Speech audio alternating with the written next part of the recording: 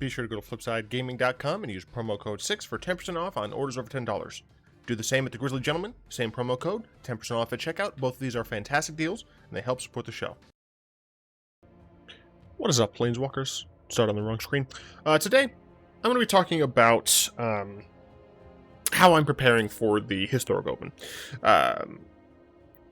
Before we really hop into everything, I would like to ask you all to like and subscribe, both here and on my second channel. It does help the channel a lot. But yeah, let's hop into it. So, for those of you who don't know, the Historic Open, the Historic Open is going to be held on August 1st and 2nd. It is a real money event held on Arena that max wins can give you 2,000 USD. 5 wins gives you a qualifier for a thing, which, you know, I'll try to do that as well, but I'm in it for the monies. Because 2,000 cash monies would be pretty nice.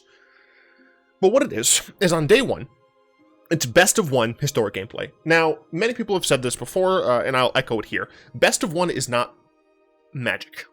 The reason it's not Magic is because it allows for a higher amount of randomness to determine the fate of the game. Right.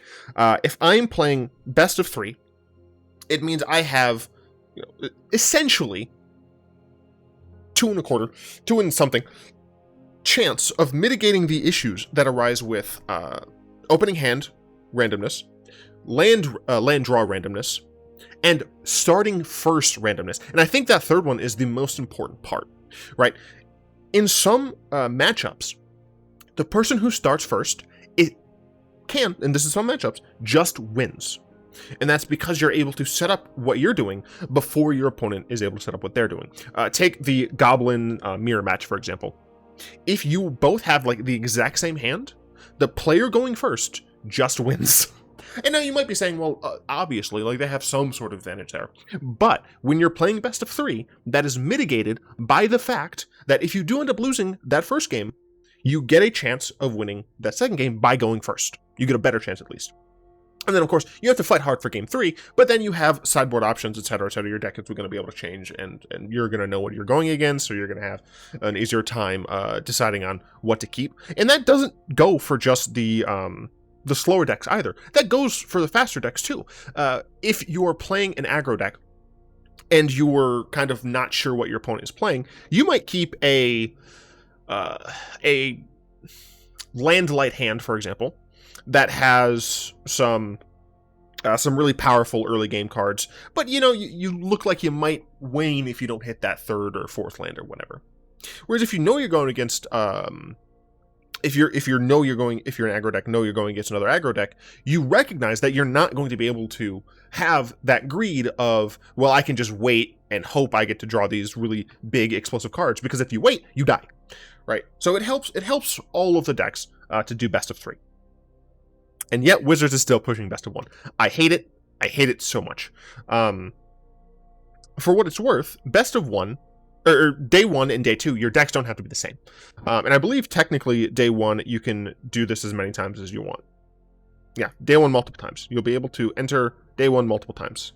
So essentially, you can enter a bunch for a lot of gold or gems. Now, roughly 200 gold is what I think it was $1. So, you know, 4,000 gold, that's what, 20 something. I can do math. 20 bucks. So each run is like $20. For what it's worth, if you get up to here, you have a $10 rebate. And if you even just get 1 win on day 2, it's functionally free, but that's if you qualified on the first go. So it would be relatively expensive in order to keep re-queuing. High buy-in, high payout potential. So there's things that you have to think about there. I just hate the fact that day 1 is best of 1. Because someone who, you know, could prepare a ton, they're really working hard, they're playing a lot, they're practicing, they really know the metagame inside and out. They even like kind of future-sighted brainstormed some potential options that people might be bringing to fight against the metagame, and they even considered that, and they're going to be able to fight against that. I didn't do that, just by the way, I'm talking about this hypothetical person. They could just lose 3 times to going second and having to mulligan down to 5, right? Or drawing poorly. Now, you might be saying, well, you know, their RNG is inherent in Magic and card games in general, and I agree, but that's the point of best of 3. So, I wanted to give my thoughts on that really quickly. Yes, so start August 1st, 8 a.m. Pacific time, which is, what, 10 my time? Yeah, 10 a.m. my time.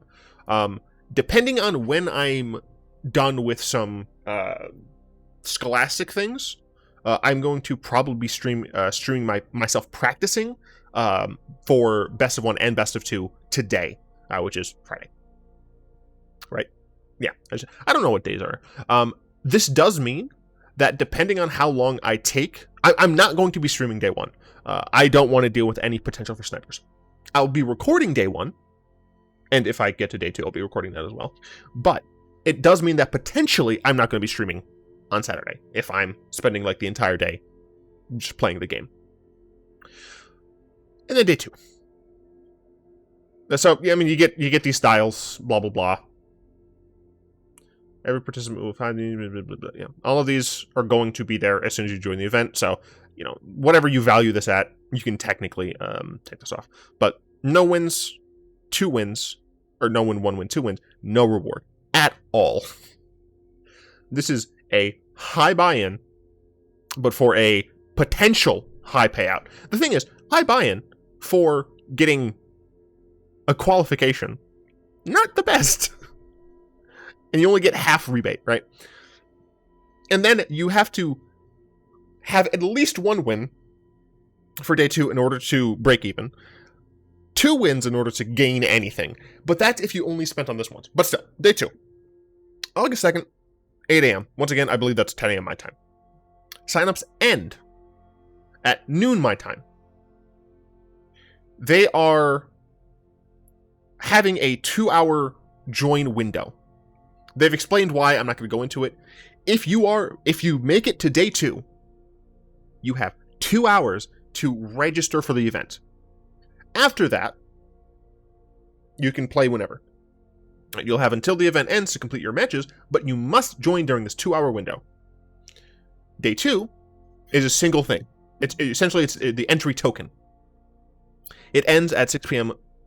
PT or 8 p.m. my time, I believe. You don't even have 12 hours to get 7 wins. Whatever. Day 2 will consist of blah, blah, blah, but unlike you only have 1 opportunity to compete. Once you complete your day 2 matches, that's it. You'll receive rewards based on your event record, culminating with blah, blah, blah if you manage to earn 7 wins. For what it's worth, 6 wins is still nice, right? If I can make it to 6 wins, I'll be pretty happy about it. If I can make it to 5 wins, sure. I don't hate it. This is what, $100 functionally, but only for Arena client. But this is what you want, right? Either of these two are what you want. If you're spending potentially more than, I mean, even just $20, like you're really looking for that nice 10-fold, 100-fold, whatever, investment value here. No, it's I don't know. I don't care. Blah blah blah. None. Blah blah blah. So let's see. I wanted to see. Yes. This one. If you have an issue, you need to contact game support and solve that issue quickly. Because as I said, you have from 8 a.m. Wait a minute. Oh, sign up said. Okay. That confused the shit out of me. You have till 8 a.m. to 6 p.m. That is 10 hours. To get 7 wins. And let's say we're going to sprinkle in a loss as well. That's 8 matches, best of 3. Potentially, that's 8 hours. So you want to make sure you get anything straight away as fast as possible. If you don't have a very strong internet connection, I suggest making it stronger.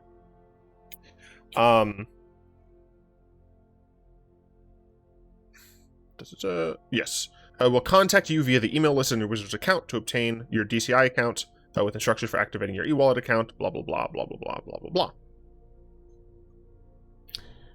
And then you can read these full things. But yes, this is what this is going to look like. Your day 1 deck has no bearing on deck choice for day 2. You may choose the same deck or an entirely new one. Though sideboarding doesn't happen in best of 1 match structure, it may be relevant for companion cards or abilities that refer to cards you own outside the game. This, as I said yesterday, I don't know, is why I chose to use Crom Black, because it allows me to have some extra stuff. Special entry reward Godzilla lands.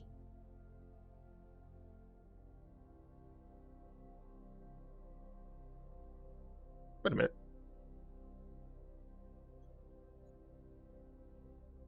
Oh, so you're getting these and the Godzilla lands. Okay. Price that as you may. Day 2. Money.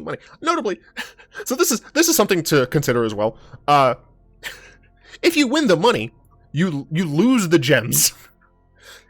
You can just buy the gems. But still, I do think it's kind of funny that if you win the money, you lose out on the gems. Yeah, I do love that this is the Orzhov Syndicate. They would be holding something like this. Players will submit 1 deck with an optional sideboard. It does not have to be the same deck you played during day 1. You may choose the same deck or an entirely new one, blah, blah, blah. You may not change your deck or sideboard after submission. You will play the deck list you submit for every one of your day 2 matches. If you have multiple decks with the same or similar names, make sure they're the right one. Frankly, delete all of your other decks that are in any way similar.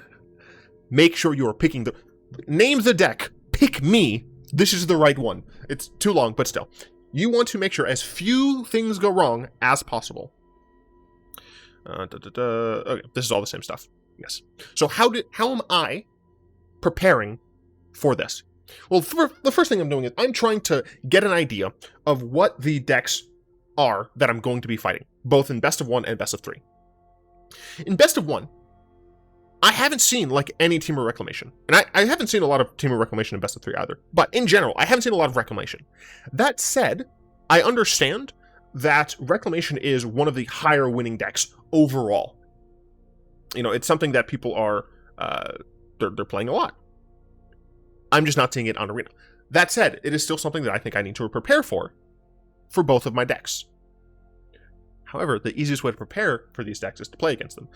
So I'm hoping I'm going to come across a decent amount of them in practice today on stream, blah, blah, blah. Mono Red Goblins, Gruul Aggro, and Golos Field. I'm going to call it Golos Field because they're similar but different. These 3 things are really the decks that I'm concerned with for best of 1. If you can beat these 3 decks, you should have an okay time in best of 1 day 1. If you are choosing to play any of these decks, you will want to make sure you have a concrete plan against the mirror, and you need to be sure that you're able to deal with the other 2 decks. That's not to say you should ignore Tempo, Sacrifice, Kathas Combo, Mono Red. Mono Red, always worry about Mono Red. Especially for something like this, Mono Red might be even stronger than Goblins because it's a little bit more consistent insofar as you have a game plan that can attack from more angles, whereas Goblins really kind of does need to resolve some particularly stupid things. All of these are things that you should consider. Except Next Fate. Next Fate, I believe, is still not legal in best of 1. You can go through these. These are recent events. Now, we haven't had real historic events until now. I mean, you have Magical Air historic thing, Arena Community Cup with some prize money and stuff. I mean, you have these, but you have to notice that these are, I believe, all best of 3.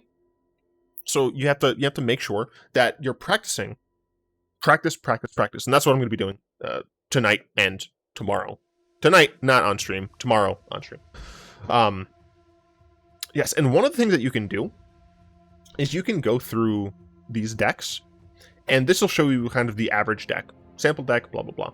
And it'll show you some other similar decks. So you can go through and say, okay, how many decks are running Ulamog in the main deck, right? You just go through, it's like, all right, that one runs Ulamog. This one does not. This one does not. So you can go through things and kind of see, on average, what is being played. And you can kind of tailor your average against that. I can't hit this deck. Field of the Dead is dumb. Oh, I was about to say, I was like, this deck doesn't have field. It's over here. Yes, so that's one of the things I'm doing is I'm trying to make sure I have a grip on the decks I expect to see. And I will say, just being on Goldfish is step one, right? Kind of seeing what an aggregate like Goldfish, or you can use Aether Hub as well. You know, any sort of aggregation website or aggregate tool is very helpful. But it's step one. You have to play, preferably in a situation where people are playing competitive decks. If you're playing in unranked or even in ranked, but you're relatively low rank because you haven't been grinding or whatever, then you'll want to go into events because you want to make sure that people are being competitive and you want to make sure that people are playing as best they can. So you want to be doing that. You also might want to use a deck tracker. I've not been sponsored by this or anything, but I'm probably going to be downloading. I haven't yet. MTG Assistant, I think is what it is. It's the one that's through Aether Hub. Aether Hub is the place I store all of my decks and whatnot. So I'll probably be checking that out. Now, there's some more things. Wrong thing. There's some more things that you can kind of do to prepare. As I said, you'll need to make sure your deck names are proper. But you want to track the changes of your deck, and I actually can show it like this. So the reason I clone decks is so I can track the changes, right? So here we have where the first split occurred. You can see I have Ugin's main deck, I have an Ugin main deck, got Chandra, Teferi in here. I was just testing the waters, right? Even the sideboard, you know, looks kind of typical. I was testing the waters. And then I changed it. Go up to here. I changed it again, right? And I think the thing that I changed most here was adding in Languish, adding in Eliminates, and I did not appear. No, I did make a slight modification of the sideboard. I think I took out the War Boss. And then again, just now, this is the last version of this deck that I made and made a video for. This was Wednesdays. Peasant Haze. I played with this. I didn't like it because even though the sacrifice decks aren't super high up there, they're played enough that you want to keep them in consideration. And I haven't seen enough Planeswalkers specifically to really care about this extra ability. I also think I modified my sideboard even more. And that brings me to what I have today. I have a really cool Ashiok. So I've taken some suggestions from the community, and I've made modifications to the deck. You'll notice I took out Cowfather, and I took out all of the Shark Typhoons. Why have I done that? I've done that because I haven't been seeing a significant amount of control decks that Shark Typhoon and Cowfather help against, right? Having an extra shark here and there, having your opponent discard a single card here and there, isn't sufficient when the control decks are winning via just playing lands, right? And getting an army on the field. So I decided to cut those. Additionally, I've added in Erebos' Intervention. I was considering having multiple Cling to Dust in the main deck, but the reason I decided to go with Erebos' Intervention for the main deck is that, one, it does double duty, so I can exile cards in graveyards, or I can prefer to removal and gain life, whereas Cling to Dust only actually can gain life and remove cards. It can draw, it replaces itself, which is very nice, but Erebos' Intervention is, not modular well, it is modular, but it scales as well. I don't think technically it's scalar. I think scalar is its own geometric term that I'm not going to use. But, you know, I can exile, or I can kill a 1/1 and gain a life for 2. Once this goes up to 3, right, X equals 3, that's still, you know, -3/-3, instant speed, I get to gain 3. That's still a good result there, Right? It's relatively similar to what Vraska's Concept can do, but obviously different. But I can also just exile 2 cards for a single for 2 mana. Right? That's not bad against specific decks, such as Kethis combo. Right? Or even just Underworld Breach, right? You take away some of their key elements, and you can gotcha. We're also running 3 main deck Thief Ascendies now. I've been told that this has been working a lot. This is something I'm going to be playing with and practicing with to see the actual efficiency of this card, the efficacy of this card. But one of the things that people have said is that the Golos field decks, the super ramp heavy versions, other than Arboreal Grazer, they don't have a lot of removal or ways to stop your Thief. So, if you get to resolve a Thief on one of the early turns, you can theoretically just rip them out of the game. So we're going to try that. I think I might have changed something here, but I'm not entirely sure. In the sideboard, we've added that Cling to Dust, obviously. I can't remember about Grafdigger's Cage, but we have Grafdigger's Cage. And the reason, so I did have Leyline of the Voids, I took them out. Because Grafdigger's Cage also helps against goblins, because it stops Muxus, and it stops them casting with Snoop. So it's very helpful. I have a single Dampening Sphere in here for Nissa-based ramp decks, although this might get converted into another cage. I'm not entirely sure just yet, but I do want to try it out. Everything else I believe is the same. Yeah, everything else I believe is the same. We just have extra Ritual of Soots. So this is one of the things that I'm going to be practicing a lot with. Then with this, we also made some changes. One of the main changes that you'll see is, I kind of brought it up, I took out the package of Words Are Hard. Where's this guard? Dread Presence. I took out Dread Presence. I took out Treasure Maps. And then we changed the sideboard a decent amount. In its place, right, I have Maze Mind Tome. I have been told that Maze Mind Tome has been putting in some decent work here. And I think the reasons are for a few things. One, you get to have the draw on the front, right? You don't have to wait for anything to flip, and you don't have to sacrifice your treasures in order to get the draw value, right? You can just pay 2 and draw a card. Fair, reasonable. You also don't have to pay to activate the Scry. And I think that might be one of the bigger reasons why this is helpful. And that's because now I can try and get, if I'm playing this on turn 2 against a super aggressive deck and I'm going second, I can try to get that Cry of the Cry of Canarium without having to pay that mana, right? If I pay the mana, I obviously can't cast the Cry of the Canarium. But if I don't, then I have 2 looks at it, one when I play it, and then one when before I draw, to try and find that. So that's definitely valuable. Additionally, when you're going up against an aggressive deck, that 4 life can help a ton, right? Because you play it on turn 2, you scry on your upkeep, you scry one more turn, you scry again, bada bing, bada boom, you've got that 4 extra life, and you've scryed 4 times. But obviously against control is something you can draw, which is quite nice. I am concerned a little about the fact that now I don't have those treasures to rely on to get a little bit more of the value here. I also added Solemn Simulacrum. Solemn draws cards, is technically a threat on its own. I mean, obviously, so was Dread Presence, but whatever. But it also ramps you.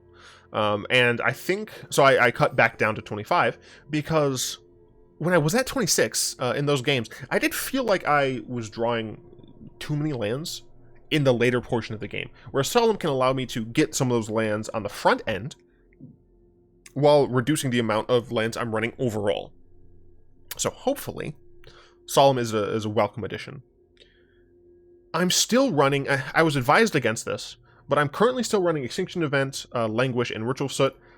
My plan is to really find one of these that I prefer and run them as a 3 of, and then have some extra stuff on the sideboard if I need, based upon my experience playing this tonight and, yesterday for you all, and then today for you all. And then we've made some changes in the sideboard. I got Grafdigger's Cage. It helps against Goblin decks and Graveyard decks. Very nice. Spyglass just in case some nonsense occurs, getting Spyglass out could help. And it does help against not just Planeswalkers, so that is something to keep in mind. Clear the Mind is just in case we're going against some sort of mill deck, or even some sort of self-mill deck. We can just be like, how about you stop, please? Thank you. Necromentia, it exiles things. It's great. Plague, everyone knows what Plague's here for. Ashiok is generally helpful, but being able to just yeet someone's graveyard is quite nice. Thragtusk, I still like Thragtusk for being able to gain me some life. It also is a decent blocker because it allows 2 blocks. And then I think, yeah, we added the Heliod's Intervention. Someone suggested that I remove Cleansing Nova for it, but I decided to remove the Ultimatum because essentially if I'm at 7, obviously 7 is different from 8, right? But if I'm at 7, I'm probably close to being at 8, and I'd rather just get Ugin, right? Ugin's just going to be able to do the exact same thing, except it's not going to cost me as much, and this is easier to cast. Heal Intervention is essentially for any of those wacky decks that I might not see coming, artifact aggro decks, or even Boggle style decks, enchantment aura style decks, but also just shrines. I don't know if people are going to be playing them, but shrines, it helps against those.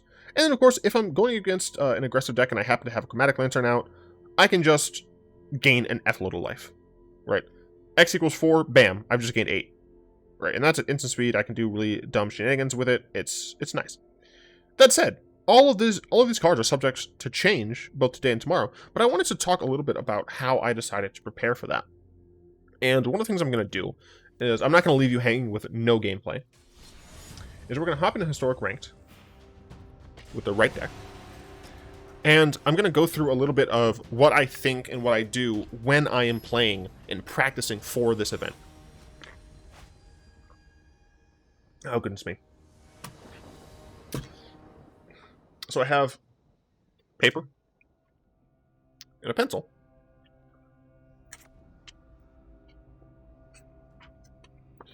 I'm gonna write down. All right. Write a notch. I've game 1.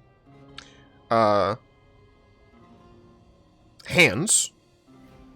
And this first hand, I'm gonna be keeping track of how many times I have to mulligan, or how many times a hand is good. So this hand is a good hand. So we're gonna put a little good there. So I have a line, hands. This one's good.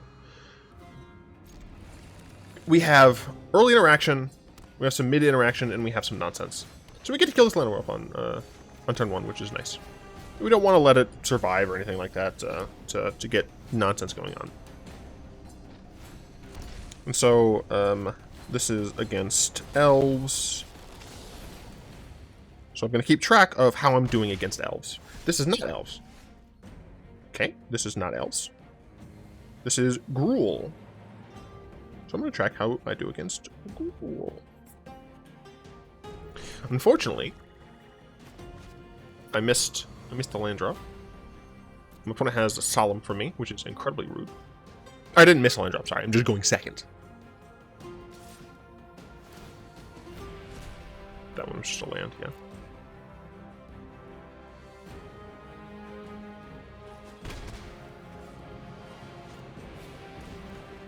Ooh, this is an actual mid-range deck. We're going to put this Chrome Lantern out just because if we do end up missing our 4th land drop, then we want to be able to have 4 mana. They might just use the Gortimba Guard, which makes a lot of sense. And that's what it looks like they're going to do.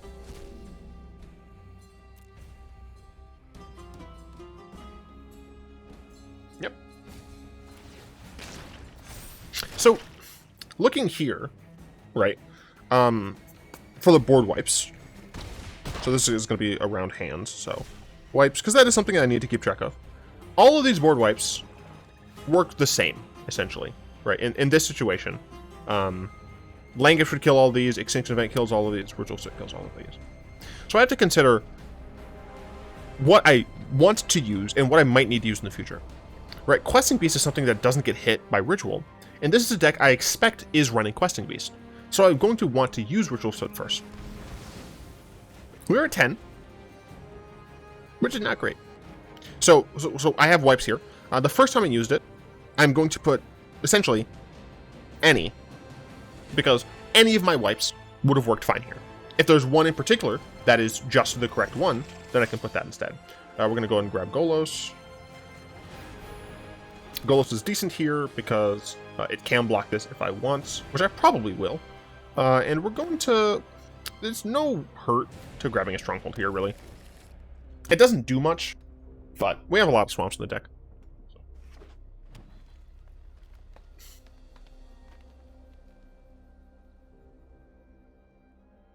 So here, for example, if they end up playing Questing Beast, they don't.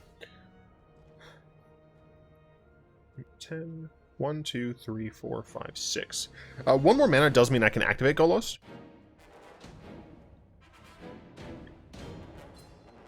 And I have a Contempt in my hand if I need it, so I'm not going to block here. I'm fine if they just use Guardian. Yeah. I wanted to save my Golos because I believe my Golos will be more valuable. Darn. Darn. I do have the ability to go grab a 2-drop if I so desire. 1, 2, 3. Or I can just play Chromatic Lantern and hold up Contempt.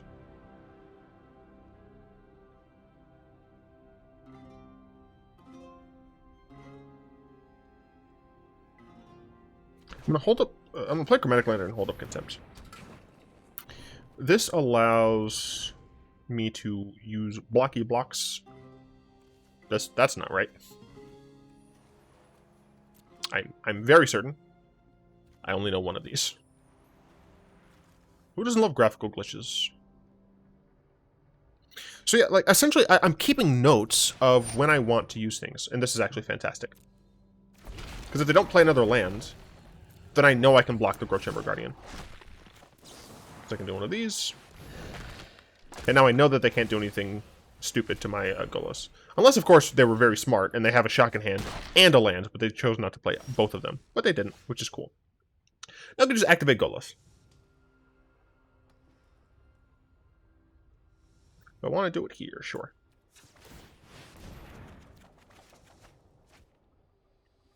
Do this. We'll do this.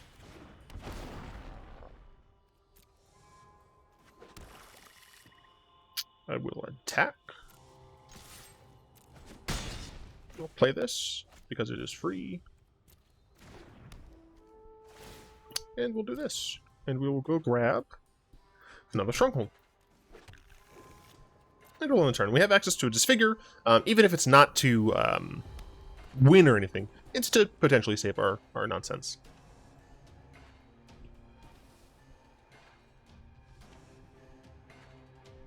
Okay, so was there anything that I needed to keep track of there? I don't think so.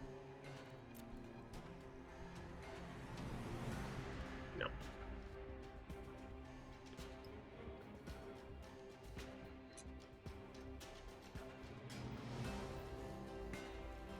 I'm trying to stay aware of when cards are kind of useless. Yeah, I mean, that's fine. It does draw me a card, which is nice.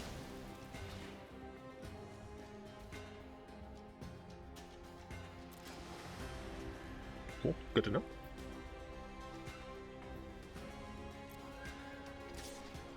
I'm just going to disfigure this.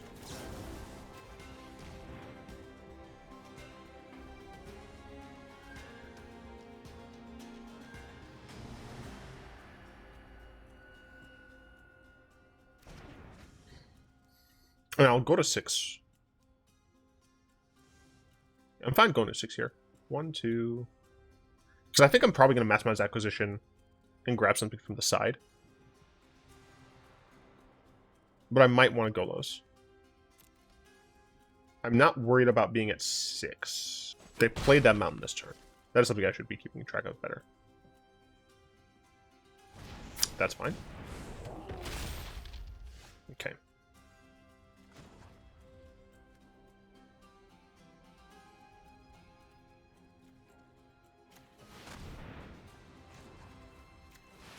Okay. decent amount of mana here.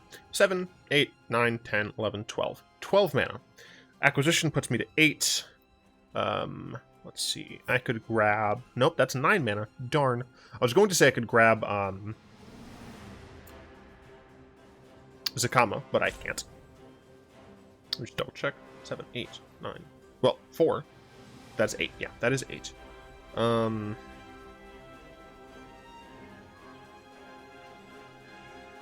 gonna activate Bolas.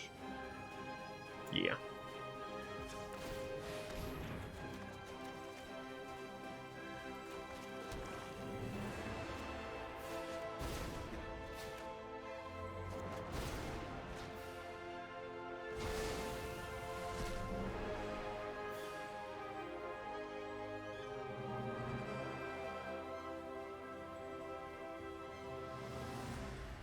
I got it. 3, 4. No. This seems stupid, but I'm actually going to grab Cling to Dust.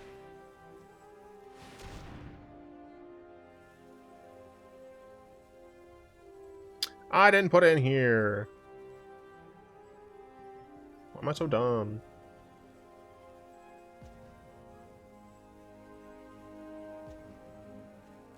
Alright. Well, if I survive.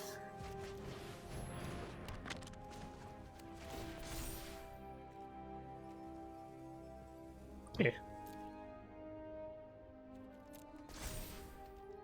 I'm at 6. I'm actually afraid of double lightning strike here.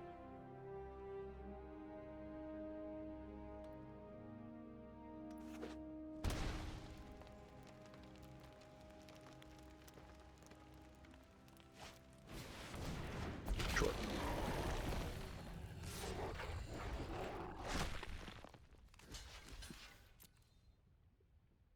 I have Zakama, so it's not worth keeping Bolas around anymore. Okay.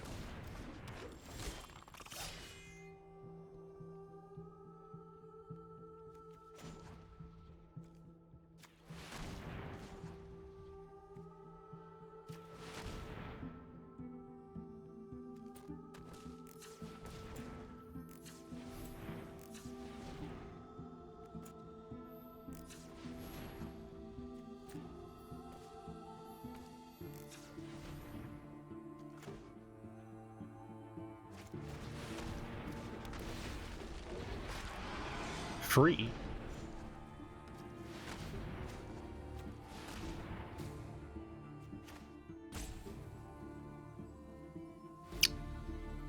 Six, 7, 8, 9, 15. All right, they're dead.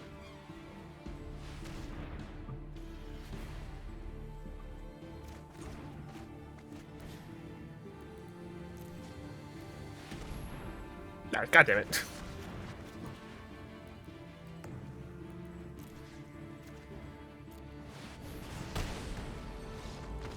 Math.